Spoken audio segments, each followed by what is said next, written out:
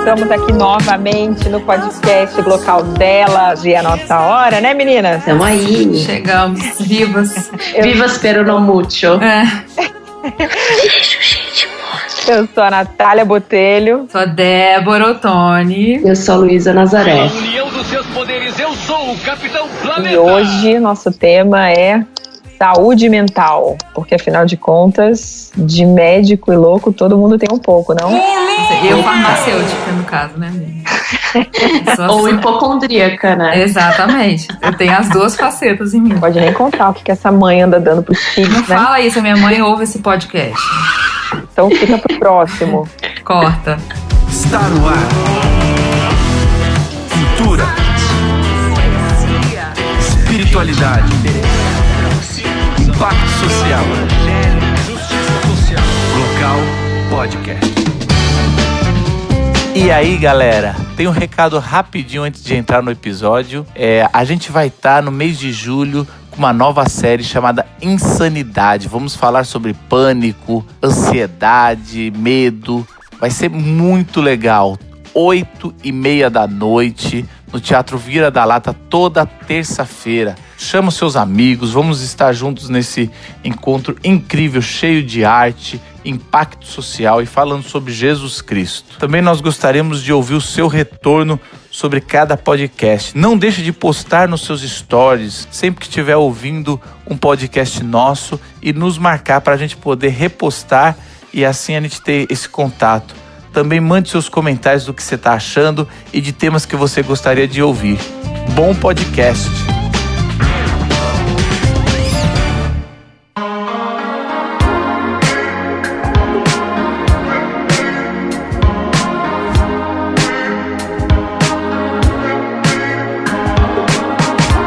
Como que é o contrário de saúde? É desaúde? Eu acho que é desequilíbrio, instabilidade.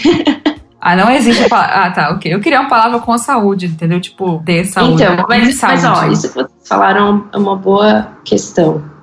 Se o contrário de saúde é doença, né? Porque às vezes isso é uma coisa que a gente já estigmatiza, né? Sim. Do tipo, eu só tenho um problema mental ou emocional a partir do momento que isso se configura como uma doença. E às vezes não é, né? Acho que só o fato de a gente estar meio instável já é algo que a gente poderia prestar atenção e fazer alguma coisa a respeito, né? Eu acho que são sintomas, né? Eu acho que a saúde mental, ela é uma saúde de sintoma. Então, se seus sintomas estão bons, você está saudável, eu acho. Mas bendita esta loucura de cantar e de sofrer. E o que vocês diriam que envolve a saúde mental, assim? Quais seriam as coisas que a gente precisa estar atento como sintomas? Eu acho tão difícil separar, sabe? Às vezes eu fico pensando sobre isso, né? Porque a gente é um só, né? Eu acho bem difícil separar, assim, saúde. É óbvio, saúde física é mais fácil, porque quando seu corpo para, você para, né? Mas mental, de espiritual, eu acho mais difícil, assim, de Eu acho separar. que, às vezes, até quando o corpo para, já é um sinal de não saúde, né? Várias Da vezes, falta né? de Eu saúde. sou uma pessoa que eu sou muito sintomática nesse sentido, assim, eu somatizo bem, sabe? Toda vez, eu sei as minhas válvulas de escape, assim. É engraçado, né? Que isso vem com o tempo, a gente se conhecer e saber que de alguma forma aquilo entrou, tá sendo mal processado e vai sair, né? E Sim. geralmente sai em forma de doença mesmo, de corpo físico, é engraçado. Eu acho que, pra mim, assim, uma coisa da saúde mental é um pouco da minha irritabilidade e da minha paixão ou meu tesão por certas coisas na vida, entendeu? Tipo assim, eu tô muito, eu tô muito bem fazendo a vida, tipo assim, tô lendo um livro, tô apaixonada por esse livro é boa coisa e tal, não sei o quê. Mas de repente me dá uma ojeriza daquilo e eu começo a ter ojeriza das coisas que eu normalmente gosto. Você é muito intensa. Eu sou muito intensa, assim? Então, assim, eu corro risco sério de virar uma bipolar em breve. Nem quem ganhar, nem perder, vai ganhar ou perder. Mas tudo bem. Eu espero que seja quando meus filhos forem mais velhos, que eles vão ter que cuidar de mim. Porque eu não vou envelhecer normal. Eu espero que não. Eu quero dar trabalho pros meus filhos. Eu não sou louco! Eles deram pra mim, Ué, only fair. Entendeu? Eu quero sair pelada na rua, essas coisas. Então, assim, eu tenho esses picos, muitos, às vezes, de muito intensa, muito passional, e depois fico, não tô afim. Mas bendita esta loucura de cantar e de sofrer. é engraçado que pra mim os sintomas já são um pouco diferentes, assim, né?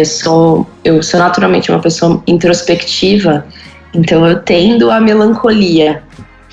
E aí isso já vai, né? Tende a um estado depressivo super fácil, assim, né? Uhum. Por conta da solidão e tudo mais. E eu até venho de um período que eu passei por isso no final do ano passado, por momentos de crise de ansiedade e de entrar mesmo em depressão. E só estando em depressão que eu percebi que eu já tinha tido outros casos antes, sabe?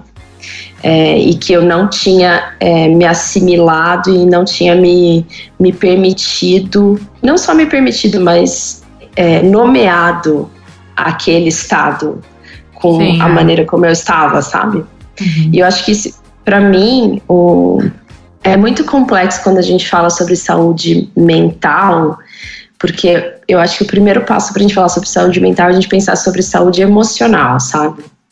A gente pensar em como que eu cultivo bem-estar emocional. E o bem-estar emocional, acho que não é só você cultivar emoções boas, sabe? Mas é você conseguir identificar, nomear suas emoções e canalizá-las de maneira saudável, sabe? Eu acho que é você saber lidar com a vida, né?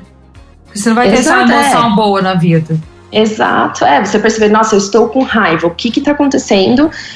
E não só o que está acontecendo que está me deixando com raiva, mas identificar, cara, como que eu canalizo essa raiva, sabe? Como que ela passa por mim e eu não simplesmente reprimo ela e deixo ela dentro de uma panela de pressão, mas também não externalizo ela completamente, né? Uhum. Eu acho que a saúde emocional, às vezes, é uma coisa da gente saber lidar com as emoções ruins e com os pesos do nosso dia a dia, entendeu? Que eu acho que são muitos, né? Isso é muito importante, né? A gente reconhecer os nossos limites e saber buscar ajuda, né? E eu acho que isso só vem com maturidade, né? Que a gente tem que existe limite pra tudo, que a gente não dá conta de tudo. E eu acho que cada passo, pelo menos na nossa vida de mulher, de mãe, a gente vai aprendendo isso, né? Sim. Assim, cada experiência que vem a maternidade traz isso muito forte, né? De saber pedir ajuda, de reconhecer limite. Isso, pra mim, veio à tona depois que eu virei mãe, né? E também sair daquela ilusão de que você vai chegar no estágio da sua vida que vai ser só good vibes, boas emoções e alegria. Não tem esse lugar. Não tem. Eu estou falando dos 32 anos aqui, ok? Sou a mais velha do grupo, sou. Mas... Pode fechar na minha cara porque eu ainda não tô gorda e velha, acabada e vocês vão ver. Não tem esse lugar, esse nirvana que a gente procura na vida. Essa plenitude que a gente procura de estar bem corpo, alma e espírito, entendeu? Sempre vai ter algum lugar que tem alguma coisa faltando, que tem alguma coisa fora de lugar, e a gente vai ter que lidar com isso o resto da vida. E o que eu acho importante a gente ressaltar aqui é que às vezes quando a gente se converte, né, ou estando dentro da igreja, às vezes a gente tem essa narrativa que nos é construída de que, depois que eu aceitei Jesus, eu encontrei Jesus, tudo melhorou e eu fui curado e, tipo, depois tudo deu certo na minha vida, sabe?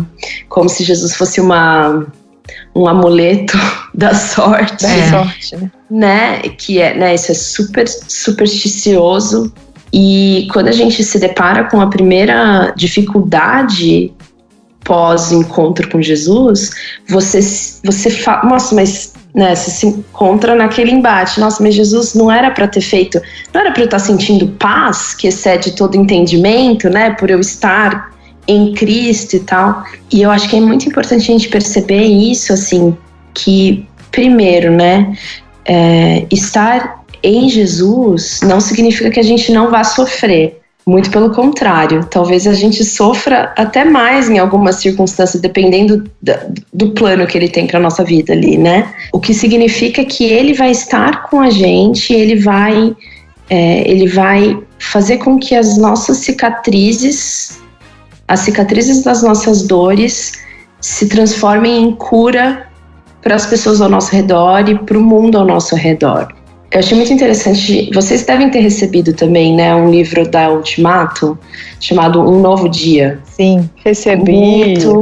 Muito bom, que me marcou muito porque ela fala justamente sobre isso, assim, sobre como ela sofreu com anorexia, sofreu com depressão, mesmo depois de ter encontrado com Jesus, ela se sentia muito deslocada dentro da comunidade da fé, né? Ela fala, nossa, mas será que não existe mais ninguém sofrendo como eu estou sofrendo? E como que a minha fé é efetiva para essas dores, né? E eu achei muito legal, assim, como ela pontua e traz práticas de fé para responder essas questões que são tão pouco faladas, principalmente dentro do ambiente da igreja, né? Mas bendita esta loucura de cantar e de sofrer. Eu lembro quando eu tive o Joaquim, foi muito engraçado. Eu tive esse momento de falar, Deus, esse aqui não era para ser o momento mais feliz da minha vida. E eu tava sentindo dor da cicatriz da cesárea. Eu só chorava, eu não tinha leite, eu tava com medo. Aí eu tava lendo o livro e tava identificando isso, né? A ansiedade, a vergonha de você não conseguir fazer o que você tem que fazer. O básico, né? Que uma mãe tem que fazer, que é amamentar um filho. Eu não tava conseguindo. Aí vem um enfermeiro e fala que eu tava com preguiça. Enfim, e vai acumulando. E aí eu chego em casa e falo, Deus, que desgrama é isso? Que era pra ser o momento mais feliz da minha vida, que todo mundo fala que é lindo, que é maravilhoso. Eu não tô sentindo lindo e maravilhoso, tô sentindo tristeza, desespero, falta de controle. E eu tinha essas conversas com Deus muito fortes. E aí quando eu voltei a frequentar a igreja, tipo, 1-2 meses depois, eu comecei a ir no berçário. Eu sentei as mães que estavam no berçário perto de mim, eu falei aqui, vocês são as tratantes, vocês não me contaram nada. Aí elas começaram a rir, eu falei, agora eu quero ouvir só desgraça. Gente, foi muito engraçado, porque a gente fez literalmente uma roda dentro do berçário da igreja. O pau cantou. E cada uma começou a contar. Eu falei, gente, eu quero ouvir só desgraça, não quero ouvir, ai, lindo, amei, não, quero ouvir só desgraça. E elas começaram a contar. Eu falei, cara, eu tô tomando remédio, tô tomando antidepressivo tem 1 mês. A outra, tem 2 anos que eu tomo esse aí. E aí começou, né? A hipocondríaca começou pela viés do remédio. Aí. Mas eu acho que foi muito forte isso, porque a gente nunca tinha tido essa conversa, entendeu? Eu nunca tinha chegado a esse nível com essas mulheres, de falar, cara, o que realmente vocês estão sentindo sobre, no caso, a maternidade. E elas não tinham histórias legais pra contar. Só que essas histórias não me foram contadas antes. Aí eu falei, gente, então vamos fazer um pacto aqui? Toda grávida que a gente vê no nosso caminho, a gente vai falar a verdade. Vamos parar de esconder os fatos. E assim foi, né? E assim, eu acho que a maternidade, ela traz esse lugar comum de quebrantamento, né? Que faz com que a gente... Tipo, tá todo mundo quebrado, então vamos falar sobre como todos estamos quebrados. Mas eu acho que, na verdade, em qualquer fase da nossa vida, a gente deveria ter esse tipo de abordagem para com as pessoas, principalmente dentro de uma comunidade de fé, né, que é pra gente se tratar como irmão ali, né, e você ter um ambiente seguro para você ser autêntico e falar sobre emoções, né. E tem um outro livro que eu li, mexeu muito comigo quando eu estava passando por toda a minha dificuldade, assim, nesse quesito, que é a Espiritualidade Emocionalmente Saudável. Não sei se vocês conhecem, já ouviram falar? Eu conheço esse livro. Não. Ele é muito bom. E assim, eu comecei a ler, mas não terminei.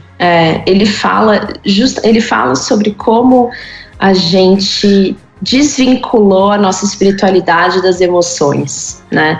De alguma forma, depois da reforma, né, a gente pegou uma tradição super racional, então a gente sabe toda a teologia, mas a gente esqueceu das emoções, e não só esqueceu das emoções, como as emoções ficaram num nível do tipo, não posso confiar nas emoções.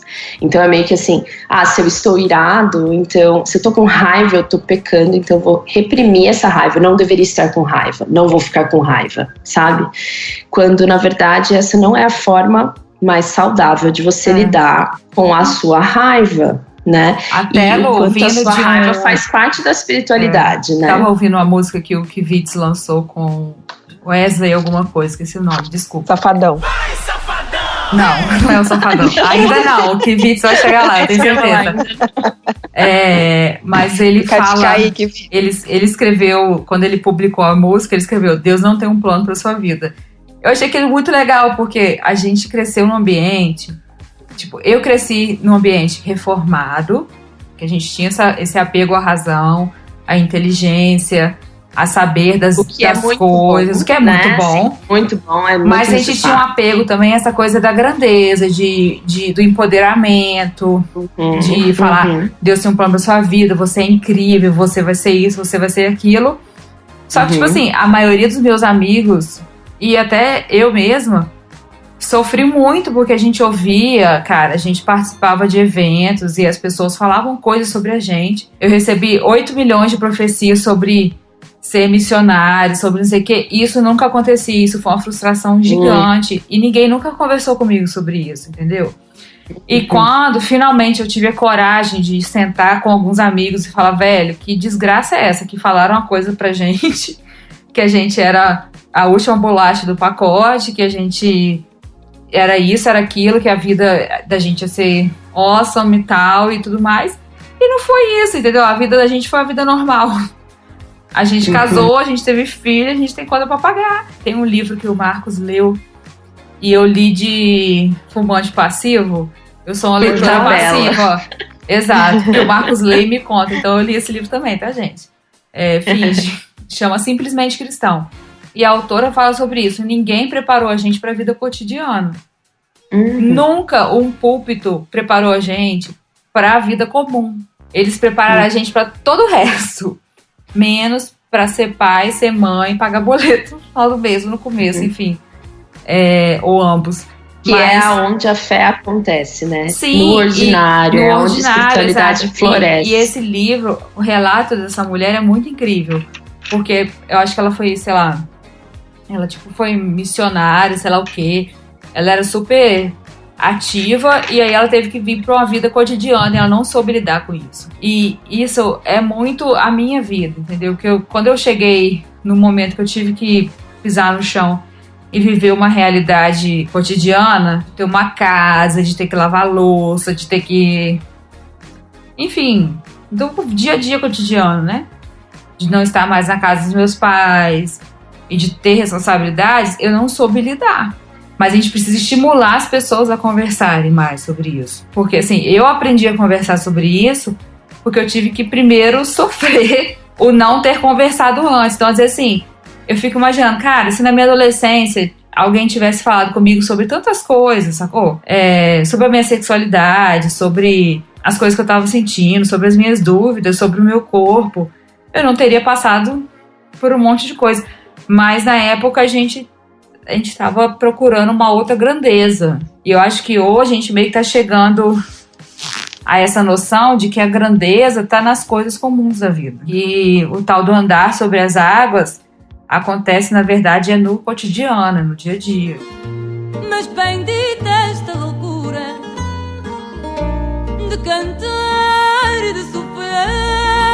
Mas eu acho, assim, com certeza isso faz muita diferença e eu agradeço muito a Deus porque nos últimos anos eu tenho conseguido encontrar esse lugar, assim, de acolhimento, sabe? Dentro de mim mesma e com algumas pessoas especificamente. Mas eu acho que um problema que a gente vive, principalmente nós mulheres, é que a gente nem sempre tem um lugar de acolhimento sem julgamento, né? Assim, que você pode abrir suas emoções e abrir seu coração e ficar totalmente vulnerável, porque abrir a caverna dos horrores.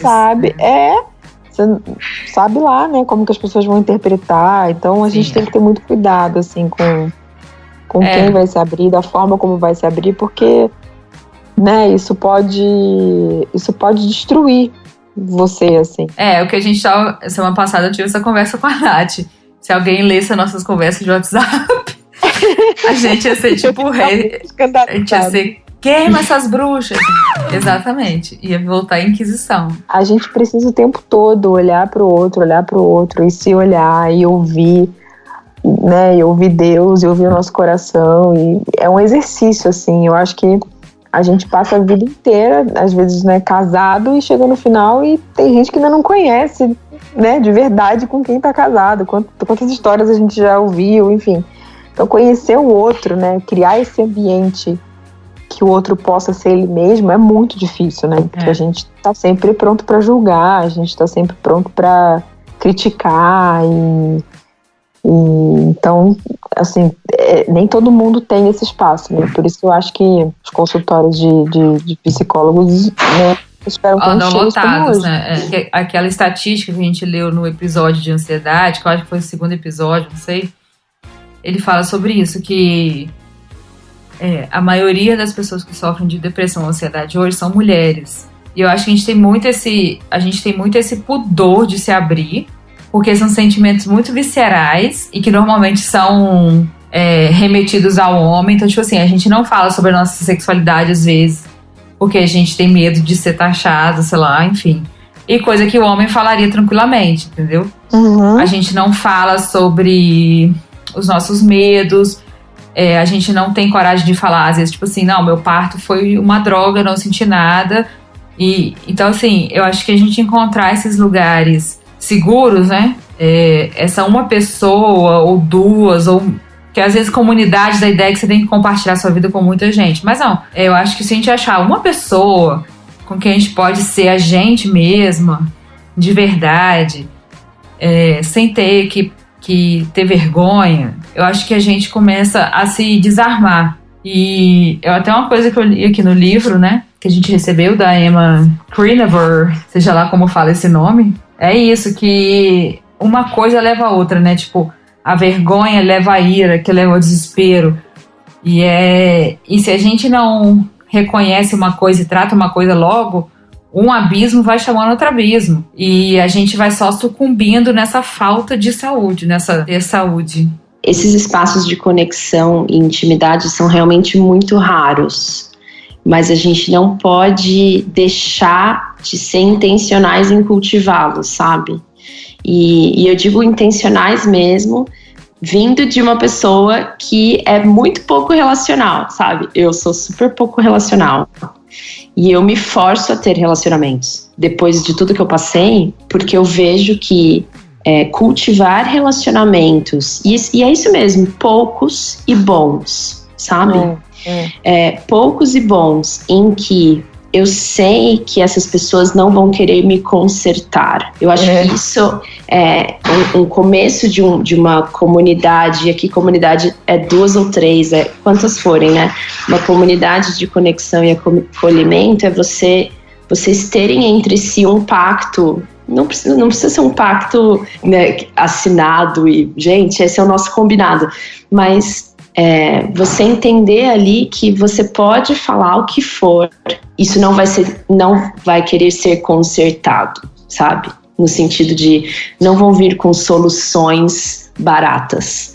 O que as pessoas vão fazer é sentar do seu lado e falar: a gente tá junto com você, vou morar junto com você, eu vou te ouvir quanto tempo for, e eu vou percorrer esse caminho de cura junto com você. E eu tenho realmente me forçado a isso, assim, sabe? Quando existe algo que está dentro da minha cabeça e que eu sei que corre o risco de se tornar algo maior do que eu consigo carregar sozinha, eu jogo isso nos ombros das minhas companheiras de caminhada, sabe? E falo, gente, olha só, eu preciso compartilhar esse peso com vocês. E é muito libertador isso, porque você consegue ver por outras óticas aquilo que você estava tentando resolver sozinha na sua cabeça, sabe? E eu acho que isso por si só já é terapêutico. Existe um espaço terapêutico em relacionamentos intencionais de conexão e de intimidade, né? É verdade.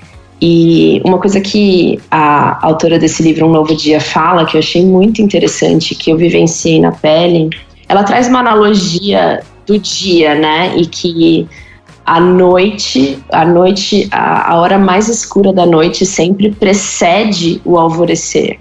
E no sentido de que você precisa encarar toda a escuridão e passar por toda a escuridão para que depois venha o dia. E eu acho que isso reflete em nós mesmos, né? A cura só vem quando a gente assume o desafio de trazer à luz aquilo que tá na escuridão, sabe?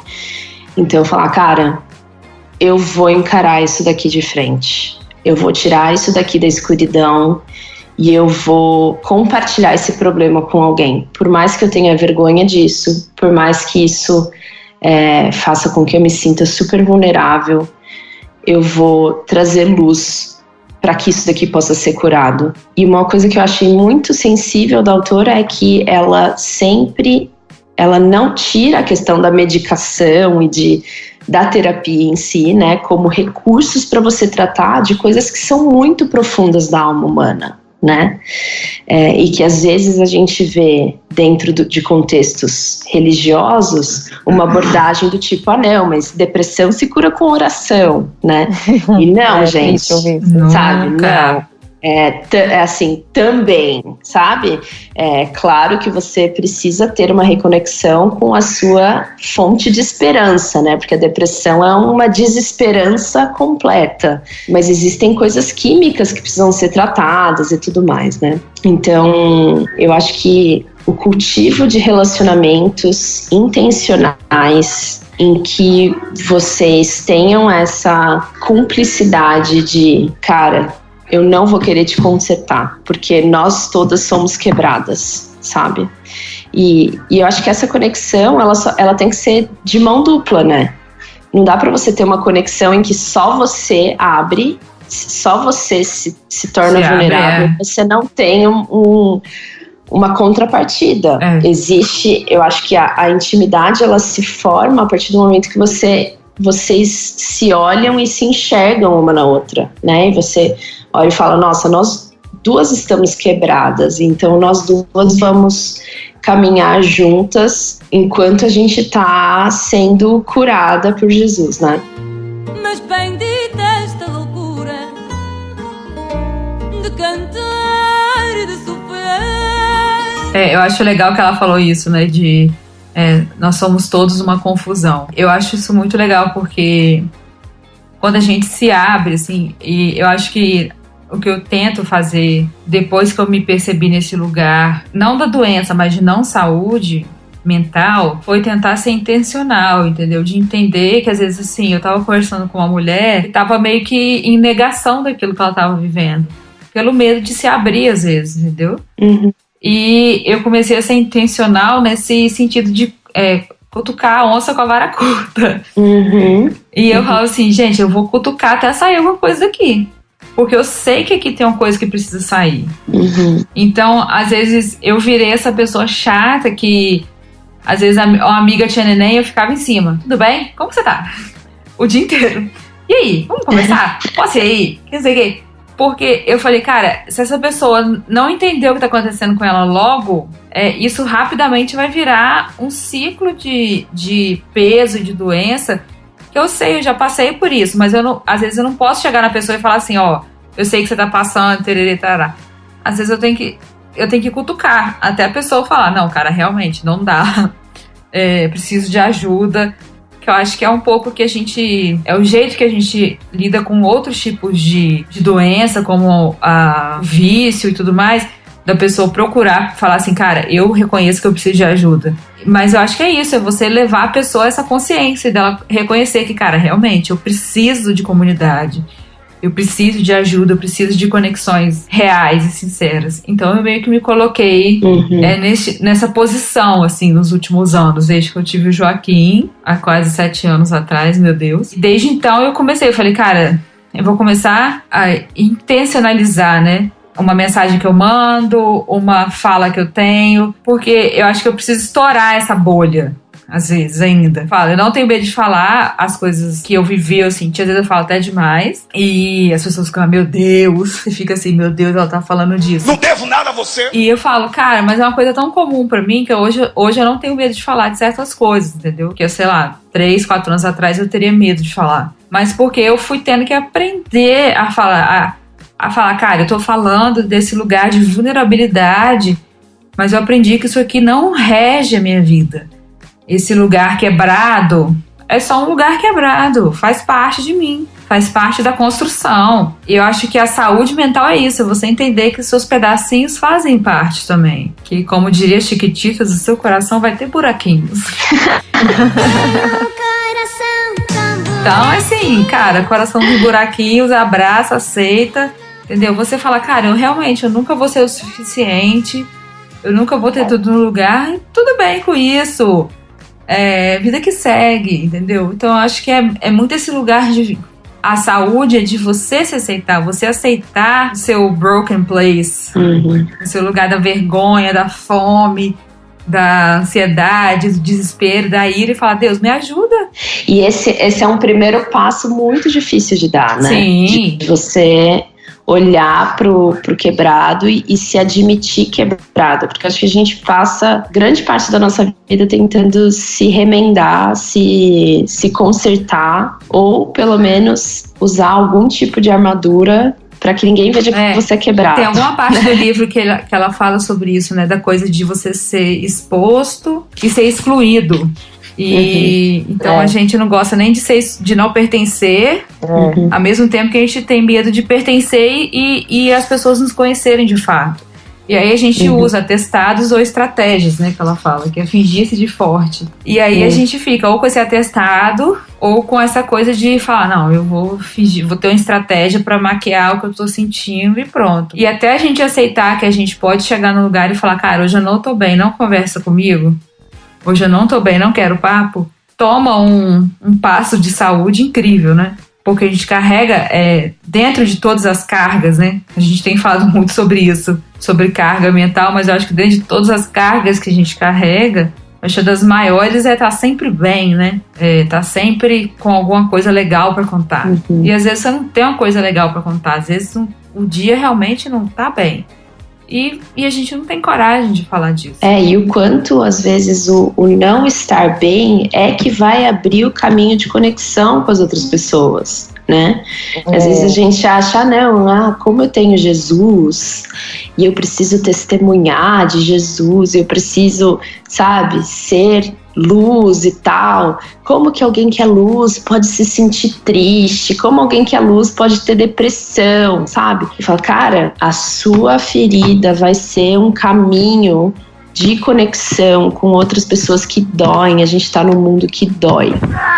Então, a forma da gente se conectar com a dor do outro é através da dor, através da nossa dor, doendo no outro.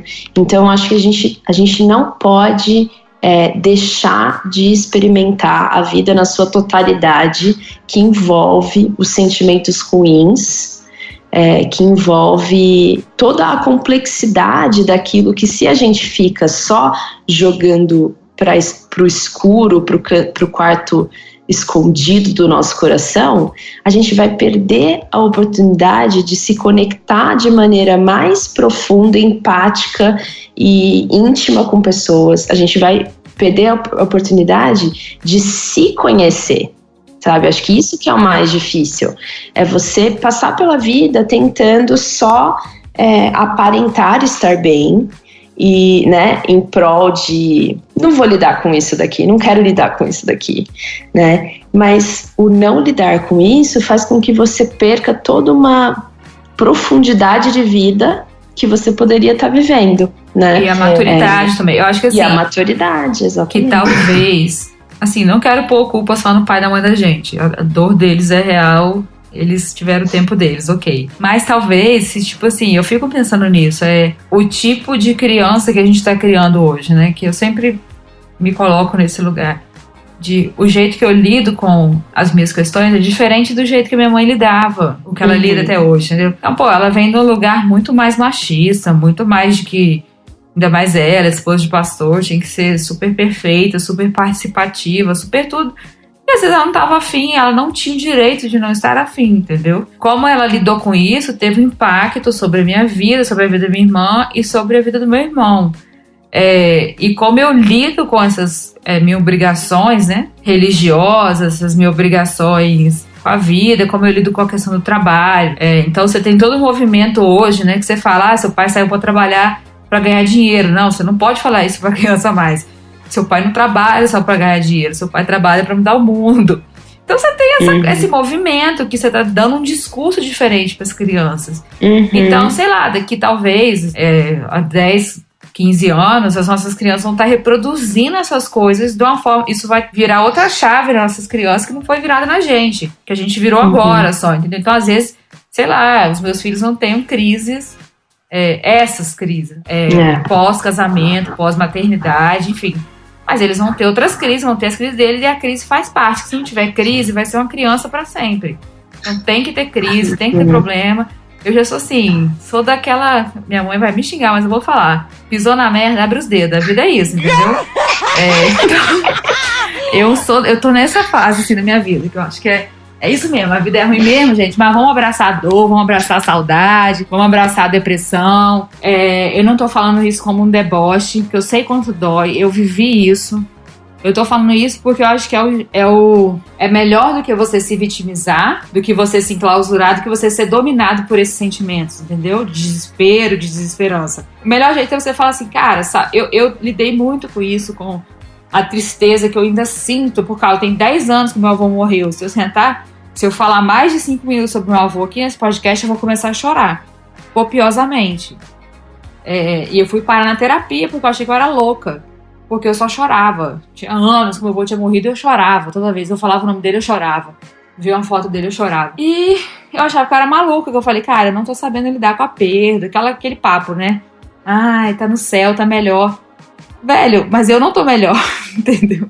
E aí, quando eu achei um lugar que eu podia falar sobre isso, e que foi num consultório de uma psicóloga, e ela virou pra mim e falou, não, isso é super normal. Eu falei, como assim é normal? Que as pessoas estão falando que eu sou maluca. Porque eu ainda choro. Não, cara, é normal, você vai sentir isso na sua vida. E a história do seu avô vai morrer quando seu filho tiver netos. Aí eu falei, então eu vou conviver com isso até o Joaquim ser avô? Sim. Aí eu falei, beleza. Aí eu tive que chegar a essa conclusão. Eu vou abraçar a saudade, eu vou dar a mão pra essa saudade e falar, minha filha, você vem comigo, que eu vou continuar andando. E isso eu acabei levando pra tudo na minha vida, de tipo, dor, vem comigo, que hoje o dia vai ter que acontecer, vai com você mesmo. E às vezes é isso, às vezes o dia acontecer, eu ia me enfiar debaixo das cobertas e dormir. Que hoje em dia eu posso me dar esse luxinho. É você se permitir também, sim, né? Permitir eu sentir. Entender. Eu acho que a saúde é isso, você entender, falar, cara, hoje não dá, hoje eu não tô conseguindo. E na medida do seu possível, né? Do seu dia, da sua rotina, das suas obrigações, você fala, cara, eu preciso parar, eu não vou ser uma máquina que vai produzir todo dia. Gente, eu quase me matava, assim, perdia a respiração, porque passava um dia sem ler a Bíblia, e era um pecado, eu ia pro inferno, entendeu? E a gente tinha esse peso sobre a gente, disso, tem que ler a Bíblia todo dia, assim, que saber... Aí você vem no meio, né? Tá todo mundo super inteligente, todo mundo sabe citar, teólogos. Eu falo, velho, eu sei citar pagode, é isso que eu vou citar. Sei citar filme da Disney. E eu tô super bem com isso. Hoje em dia, eu me encontro super bem com isso, entendeu? De tipo assim, cara, se eu tiver que citar a música da Disney aqui, é o que eu vou citar. E é o que vai, entendeu? Eu não vou tentar caber em moldes, né? Em lugares que não são meus, pra fingir uma persona que não é minha. Isso só vai adoecer, e só adoece a gente, só tem adoecido a gente. Tipo, eu não posso tentar ser a Luísa, eu não posso tentar ser a Natália, eu tenho que entender que eu tenho esse lugar, entendeu? Esse lugar E se eu sou assim, e se eu raciocino dessa forma, é porque o mundo precisa de alguém raciocinando dessa forma. E isso me trouxe muita saúde. Continuo tendo bad feelings, assim, total, às vezes. Mas eu me achei mais saudável depois que eu abracei essa bagunça toda.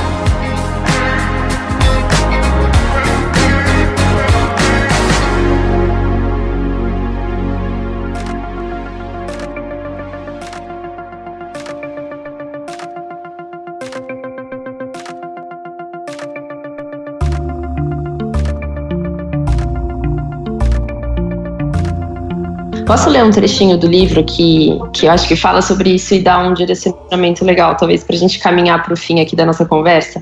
Boa. É um trecho que ela fala dentro do capítulo do amanhecer, que é entrar na luz, né? E o entrar na luz que ela se refere é você, depois de ter encarado toda a sua escuridão, toda a sua, né, todo o que há de pior dentro de você, e abraçado isso, entendido, cara, eu sou um ser quebrado, você escolher não se identificar mais com isso, né? Você dar um passo na luz de Jesus, entendendo que eu sou uma nova criatura, né? Eu ainda vou ter que conviver com tudo isso que está quebrado dentro de mim, mas a partir do que Jesus fez na cruz, eu posso também, a cada dia, ir para a luz com tudo que há de quebrado, sem querer fingir estar mais consertada do que eu estou, de fato, porque isso independe, né, o amor dele independe minha habilidade de merecê-lo, e encarar a luz novamente, né? E ela fala o seguinte: o coração é mais enganoso que qualquer outra coisa e sua doença é incurável, quem é capaz de compreendê-la? Jeremias 17:9. Se seguirmos nosso coração, ele nos levará a problemas. No entanto, se o suprimirmos, teremos outros tipos de problema. Se calamos os sentimentos negativos, perdemos contato com os nossos sentimentos positivos também. Em vez de nos sentir menos triste, sentimos menos de tudo. Em vez de nos sentir menos alegres, menos compassivos, menos esperançosos e menos vivos. Lidar com as nossas emoções dessa maneira é como fechar a tampa de uma panela de água fervente. Por fim, a água transbordará e nós nos queimaremos. A Bíblia nos guia por um meio desses extremos. Em vez de seguirmos nossos sentimentos cegamente, que seria expressá-los de maneira sem critério, ou empurrarmos nossos sentimentos para baixo do tapete pela supressão, a Bíblia nos aconselha a ouvi-los e depois reagir. Ao fazermos isso, é como se estivéssemos tirando a tampa da panela e deixando o vapor sair com segurança. Eu achei isso super legal dela falar, porque isso é algo que eu tenho me exercitado, nomear minha emoção, respirar fundo e depois escolher como reagir a ela, sabe? E entender que, cara, eu não preciso simplesmente ter o súbito da raiva e já agir com raiva, né? Eu posso identificar, eu estou com raiva, eu vou sentir raiva agora, estou sentindo raiva, eu escolho não agir com raiva.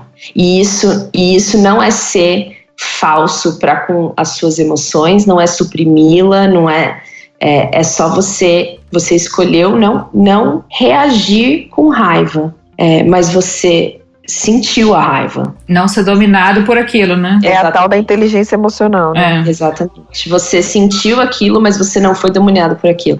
Que é o irai-vos, mas não pequeis, né? Você fala, cara, já estava na Bíblia, irai-vos, mas não pequeis. Sente a emoção e deixa ela aí, né? Escolha, tenha o domínio próprio, né? Uhum. A gente tá citando bastante a Bíblia aqui, hein, meninas? Muito crente. Muito crente. Glória a Deus. Mas isso, sim, o domínio próprio é isso, né? Você ter o controle de si, não no sentido de você, né, manipular a si mesmo para projetar uma imagem que não é você. Que é até uma coisa que ela fala também no livro, né, Lu? Que é tipo assim, se o pecado fosse uma coisa que a gente pudesse resolver se controlando, não precisava da cruz. Exato. Em algum lugar ela fala isso aqui no livro. E eu achei isso muito legal, porque às vezes a gente taxa como doença, como pecado, como coisa errada, certas coisas, certos, enfim, estereótipos e ações e sentimentos que a gente acha que a gente pode controlar. E o domínio próprio não é sobre controle. Eu acho que o domínio próprio é isso, é você se conhecer e deixar as coisas terem uma reação diferente em você. Mas bendita esta loucura de cantar e de sofrer. Não, e assim, o domínio próprio passa pelo descontrole. Por quê? Porque o domínio próprio é fruto do Espírito Santo de Deus, né? Então, assim, passa por você abrir mão do controle naquela situação. Então é você identificar, eu estou com raiva, Espírito Santo de Deus, haja em mim como o Senhor quiser. Eu abri mão do meu direito de ter raiva e de reagir com raiva. Então eu acho que isso é algo que a gente, dentro do que a gente conhece, do que Cristo deixou pra gente, que é o poder do Espírito Santo, é muito precioso, né? Eu acho que não tira o fato da gente ter que se conhecer. Eu acho que é imprescindível você saber nomear as suas emoções. Eu estava ouvindo esses dias um podcast sobre isso, que me fez refletir também, que é você saber sentir aonde essas emoções estão no seu corpo, que é muito louco, né? Então, aonde eu sinto raiva no meu corpo? Quando eu tô com raiva, aonde que a raiva aparece no meu corpo? É numa dor de cabeça, sabe? É na gastrite? Então é você identificar a emoção, sentir a emoção no seu corpo, mas não se permitir ser guiado pela emoção, né? Você escolher como reagir, e às vezes o como reagir é, cara, eu tô com raiva, eu vou sair dessa situação. É só isso, é o que eu vou fazer. A forma é mais ou menos aquela. Eu vou sair mais daqui, ou menos né? aquela história que a Débora estava falando lá no meio, né? Nem tudo é culpa dos nossos pais e tal, mas a gente, ainda mais depois que você passa por um processo de terapia, você descobre muita coisa do seu passado, você entende muita coisa, vai ligando, né? Vai montando quebra-cabeça para entender que figura tá montando ali. E é muito comum nesse início você botar a culpa, né, no que fizeram com você, né? Ah, mas a minha criação foi assim, mas eu vi isso, eu vivi isso, as pessoas faziam isso comigo e tarará. É o atestado que ela fala aqui no livro, né? Mete atestado pra tudo. Então, só que a vida, hoje que a gente cresceu, amadureceu e é adulta, né? A gente olha, entende isso e fala, beleza, mas agora o que eu vou fazer com o que fizeram de mim? Né? É uma escolha nossa, pegar tudo isso e processar, elaborar, se curar e bola pra frente, né? E não dá pra esquecer, algumas coisas não dá, mas, né, a gente precisa superar, não dá sempre pra jogar na conta do outro. É a mesma coisa, né? É o que a gente tá fazendo com tudo que tá acontecendo. Tem que saber processar, tem que mover pra frente, né? Assim, eu tenho pensado muito isso, assim, agora chega, né? É igual emagrecer, a gente quer terceirizar, né? Pô, me dá um negócio aí, vamos no médico aí, né? Vamos fazer uma cirurgia aqui, mas, cara, não. É uma coisa que só você pode fazer por você. Essa questão da saúde mental também, né? A gente precisa cuidar. A Bíblia é muito, muito sábia, né? Quando fala pra gente guardar o nosso coração. É dali que sai tudo, né? Se a gente não souber guardar e cuidar do nosso coração, ferrou toda a nossa vida. Mas bendita esta loucura de cantar e de sofrer. Relendo algumas coisas aqui do livro, né? E analisando algumas coisas da vida, né? Assim, eu fui vendo que às vezes essa vontade nossa de controle, de não saber lidar direito com a ira, com a ansiedade, né? Até com a fome, eu achei super legal ter colocado isso no livro, né? Da fome. Que a gente tem muito distúrbio alimentar, além da anorexia, da bulimia, que são os mais conhecidos, mas que são compulsão também, né? Então, tipo assim, eu tenho muito isso. Teve um período que eu comia porque eu tava com muita raiva da Isabel, entendeu? E, tipo, engordei 15 quilos. Mas eu meti esse atestado. Se eu não comer, eu vou matar essa menina, que eu tava com muita raiva, que ela tava dormindo pouco, eu dormia pouco. E a nervosia me levava pra comida. Eu meio que sabia daquilo, mas ficava fingindo demência, que não era comigo, entendeu? Café! Até que eu falei, não, peraí. Até onde isso vai, entendeu? Quais são as nossas drogas de escolha, né? Então, tipo assim, as nossas drogas nem sempre são as ilícitas. Sim, então, tipo assim, às vezes a gente joga pra comida e fala, não, é só comida. Às vezes a gente joga pra TV, enfim, pra tantas coisas. E como a gente acha que é uma coisa assim, não é pornografia, não é droga química, enfim. A gente fala, não é álcool, não é isso, não é sexo e tal, não é pecado. Não, é também. Porque é você tentando controlar a sua vida. Então, tipo assim, o pecado não é a coisa, né? É o que está por trás da coisa. E essa vontade nossa de tomar o lugar de Deus na nossa vida. Então, assim, essas concepções que a gente vai tendo, que a gente vai aprendendo, né, ao decorrer da vida, eu acho que ajuda a gente a chegar nesse lugar de, tipo assim, cara, não vou ter controle dessas situações, a vida vai ser uma eterna falta de controle às vezes, a agenda vai ser bagunçada, mas eu tenho que estar bem com isso, porque senão vai chegar uma hora que a gente vai entrar em pane, tentando segurar todos esses pratos que a gente quer segurar, tentando ser tudo isso que a gente quer ser, e as pessoas vão estar sempre atrapalhando, e a culpa vai ser sempre das pessoas, entendeu? Então vai ser sempre meu filho que me atrapalha, e eu não faço isso por causa do meu filho, meu marido que me atrapalha, eu não faço isso por causa do meu marido, a minha mãe que fez isso comigo, meu pai, enfim, seu tataravô que fez alguma coisa com você, entendeu? E tudo bem, sua dor é real, a gente acredita em você, mas tem que ter uma hora que o seu discurso não vai ser só esse, entendeu? É verdade. E tipo assim, não é só o que fizeram com você. É isso aí que a Natália falou. E agora? O que você vai fazer com isso, entendeu? É isso que me apaixona muito na história de José, do Egito, né? Era um cara que podia ter todas as desculpas pra não fazer nada. Pra ficar lá remoendo tudo que sofreu. Mas ele foi mais. Ele falou, não, eu não sou esse aqui que fizeram comigo. E ele foi vivendo, né? Apesar da dor que ele sentia, que era real, até o final da vida dele, ele sentia. A Bíblia relata a dor, a vergonha, o choro escondido, a raiva que ele sentiu quando pôs a taça lá na caravana dos irmãos para eles serem presos. Enfim, ele sentia dor, ele sentia remorso, ele sentia raiva, ele sentia vergonha. Mas ele estava lutando, ele estava tentando. Eu acho que é isso, a gente tentar e a gente deixar esse exemplo, entendeu? De cara, a gente tentou viver acima da dor, a gente tentou viver acima da nossa imperfeição, entendeu? A gente não é nem só acima no lugar de superioridade, eu sou superior à minha dor. Não, eu sou a minha dor também, entendeu? Ela faz parte da minha construção, enfim. Odé, você sabe que existem momentos em que a gente não se sente forte o suficiente para isso. Então, assim, uma coisa é a gente racionalizar e outra coisa é a gente, na hora da raiva, não pegar o chocolate e comer, né? Assim, que eu também, por sinal, tamo junto o chocolatinho é a minha droga de escolha. Também, momentos de ansiedade levam a 15 quilos a mais. Mas o que eu acho que o ponto de virada para mim é entender e cultivar uma reverência pelo poder de Jesus. E essa questão do levar cativo todo o pensamento a Ele.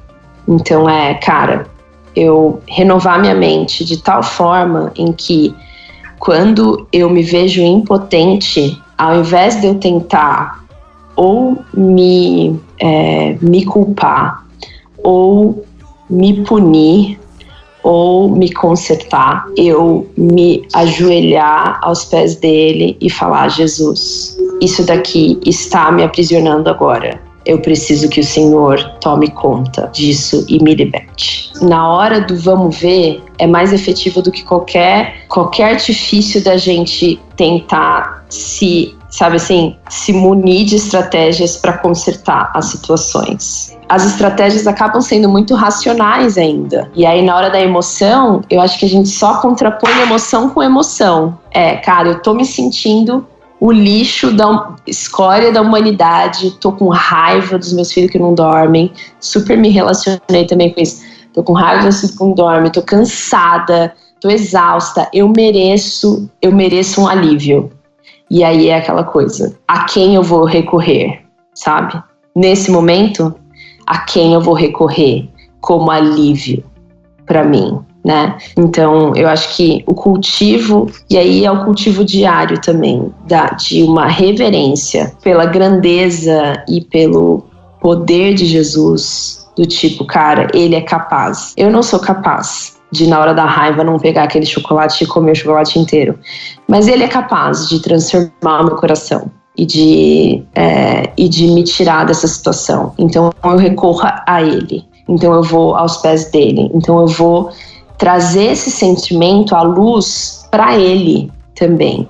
E eu acho que isso também é uma coisa que às vezes a gente não faz. A gente fica com vergonha de mostrar os nossos sentimentos para Deus, né? Do tipo, eu não deveria estar sentindo isso. Então eu não vou, no meio da minha oração, não vou orar nesse momento. Eu vou orar quando estiver tudo bem, sabe? Não, vou só agradecer, né? Exato, não, Deus quer que no meio do vamos ver, no meio da raiva, você vá com raiva, sabe?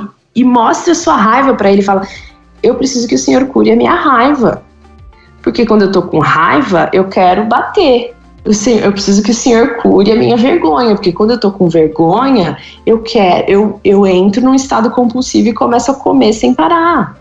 Ou, em outros casos de pessoas, eu como e depois vou e vomito no banheiro. E N coisas, né, que eu acho que a gente precisa trazer à luz de Jesus. Né? Sim, e também trazer, eu acho que sendo bem prática, Lu, às vezes pra mim, eu sou muito dessa linha assim, eu não consigo tanto estar nesse lugar de quietude, né, de não sou tão melancólico, não sei se deu pra eu reparar, porém eu sou muito nesse lugar de na hora que eu tô estourada, eu preciso de Jesus. Então eu sempre tô assim, Deus, me ajuda. Eu não tenho esse rito, né, de me ajoelhar do lado da cama e tal. Eu vou falando com Deus, eu tô com raiva, entendeu? Não, mas é porque tem gente que tem essa coisa. Não, tem gente que tem, mas tem gente que consegue fazer isso, entendeu? E às vezes a única coisa que eu consigo fazer, às vezes não é nem falar com Deus, é falar com alguém. E esse domingo a Silvia falou um negócio na igreja muito legal, né? Que mais do que versículos decorados, a gente precisa de versículos encarnados. E eu acho que se a gente fosse a encarnação de Cristo um pro outro, tudo bem, vai ser um lugar de luz, entendeu? Se eu chegar e ligar pra você... Aconteceu uma vez, a gente foi gravar um podcast, eu falei, velho, eu não vou gravar, acabou de dar um pau aqui em casa, não tô afim, não vai dar certo... Grava vocês aí, deixa eu resolver minha zica aqui. Vocês não entenderam nada, mas entendeu? Porque eu precisava eu falava, cara, não vou gravar o podcast. O couro comeu. Eu não tenho condição de pôr meu fone e fingir que tá tudo legal, tá massa esse podcast. Entendeu? Quebrando o pau aqui em casa, acabar de quebrar o pau. Já cancelei um ensaio de fotos de família por causa disso também. Entendeu? Desculpa, eu tava agendado, mas... Deu dor de barriga aqui hoje, mentira. Direto, sempre dá dor de barriga, impressionante. Isso é ótimo, gente, adorei. Eu pude falar isso pra vocês, tipo, cara, o pau quebrou aqui, eu não vou gravar. E vocês falaram, ok, foram lá, entendeu? E ok, tudo bem, a gente entende, a gente passa por isso também. Uma polícia baixou aí na sua casa. Exatamente, resolveu um problema. Mas, tipo assim, eu acho que é ter esse lugar, entendeu? De criar esse lugar, de pelo menos achar uma pessoa que vai ser esse Cristo pra você. Não que você vai endeusar essa pessoa, mas que ela vai ser pés e mãos de Cristo pra você, boca de Cristo, colo de Cristo pra você, porque a gente vai precisar, cara. Eu bato muito nisso, né? Que a gente precisa dessas relações, né? Dessas conexões. Tipo... E que sejam conexões diferentes. Tipo, eu posso falar coisa com a Luísa que eu não falo com a Natália, e vice-versa. E vocês podem falar coisa comigo que vocês não falam com outra pessoa, e por aí vai. Então, você ter esses lugares, né, de luz, que você sabe que você pode se abrir, se escancarar e vai vir luz sobre você, né?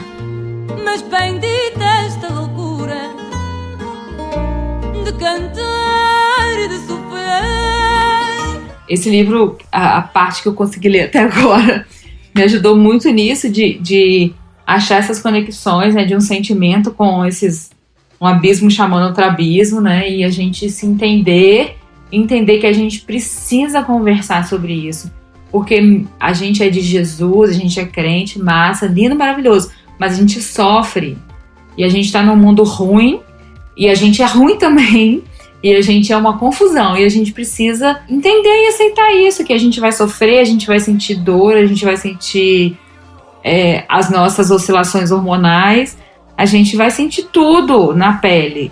E a gente não é menos amado por Cristo, mas a gente precisa achar esse lugar de falar, gente, vamos entender que tá todo mundo no mesmo barco, né? Que é o que a autora fala também. Tem uma parte do livro que eu gostei muito, que eu queria ler pra vocês aqui, que é uma parte que fala exatamente sobre controle, né?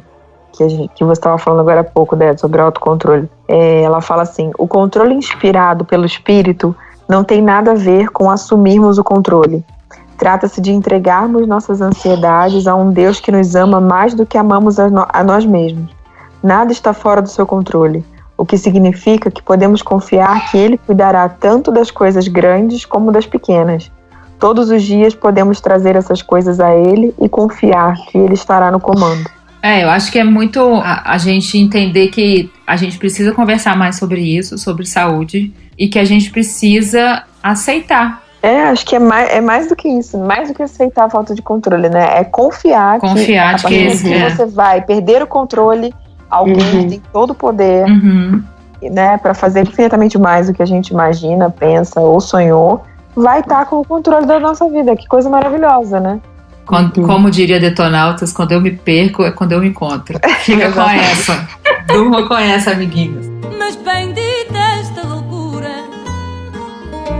de cantar e de sofrer. A gente vai deixar aqui na descrição do podcast a dica do livro, desse livro que a gente falou tanto aqui, né? Tem vários, mas acho que esse é um livro que a gente marcou, né? Porque a gente leu juntas agora. É da editora Ultimato e eles estão disponibilizando 10% de desconto, cupom podcast delas, para quem quiser comprar lá no site deles. Então vamos deixar tudo descrito aí no link do episódio, tá bom? E também esse título, né, me remeteu muito a coisa assim, um novo dia, né? Eu entendi que ela tá falando desse novo amanhecer, enfim, mas pra mim também ficou um novo dia, que é tipo assim, cara, a gente tá vivendo um novo dia que a gente pode falar sobre isso. Amém. Que a gente pode inspirar outras mulheres e outros homens e casais e filhos e pais a falarem sobre isso, né? Um novo tempo, sobre né? Um novo tempo. Eu espero que esse podcast seja isso pra vocês, um novo dia, um novo tempo. Mas eu tô falando com voz, é sério, mas ainda gente. Não é o fim de ano da Globo, né? Não é, mas é um novo dia, um novo tempo que começou.